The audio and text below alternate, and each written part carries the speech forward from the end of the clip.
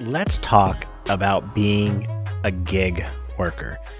So far, I've been talking about being a rideshare driver, and I love rideshare. It's where I get a lot of my income. It's something that if I could do it full time and that's the only thing I would ever do, that's what I would do. But I'm a gig worker. I'm a guy that does a lot of things. For example, I have this YouTube channel. I have this brand, Tip You in the App. In addition to that, I have clients where I make videos and I do that. I know a lot of rideshare drivers that do things like Amazon Flex or they do DoorDash. Um, the bottom line is this: if you're thinking about leaving a job where you're getting a paycheck on a daily, weekly, monthly basis or whatever, and you want to become a gig worker, understand that it's a hustle, it's a grind. It's not easy to have multiple bosses because that's what you end up doing. You have Uber as a boss and Lyft as a boss and Amazon and DoorDash. And when I say a boss, they're not telling you what to do, but they're definitely the ones keeping you employed.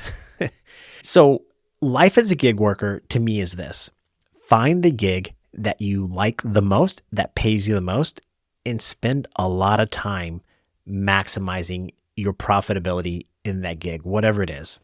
For me, it just so happens to be two things. I'm pretty good and I like making videos, and I'm pretty good and I like being a rideshare driver. So that's what I do. I spend almost all of my time doing those two things.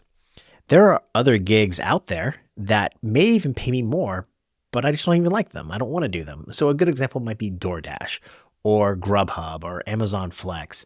I could probably be a part-time accountant somewhere. I could probably do a lot of things. I could probably be a consultant. But the things that I like to do and the things that I want to do and the things that I can feed my family with, making videos and taking people to and from destinations safely, that's what I want to do. So in one of the previous chapters, I talked about financial management and putting money into a bank account. Well, as a gig worker, there are going to be times when it's really good and you're going to make a lot of money and it's going to be great.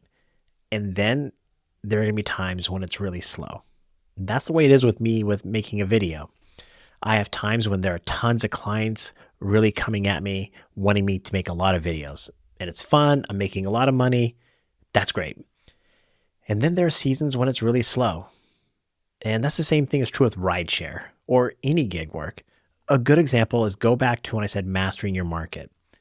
For me in Syracuse, New York, it's really hard to make a lot of money as a rideshare driver between like Christmas and like, I don't know, middle of January. It's just not that many students in town, not that many people traveling. It's just a very slow time for me as a rideshare driver. Now, this is pre-reservation time, so maybe this year it's going to be different. I don't know. But also, it's really slow with my clients. A lot of my clients, the businesses that I work with to make videos, they take that time off too. So all of my income streams kind of die down. So when it comes to gig work, when you're making a lot of money, save some of it. Don't spend it all. Don't pretend like it's always going to be that way. Plan for a rainy day. And it's just the way it works. Find the gigs that you like. And if you can make good money doing it, God bless you. Just go hard at it.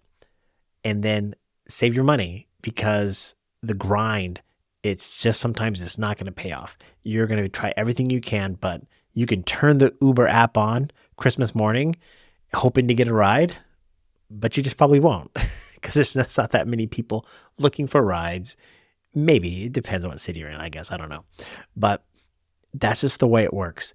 Make money when you can. And when you can't make money, live off your savings. Be a frugal person as a gig worker.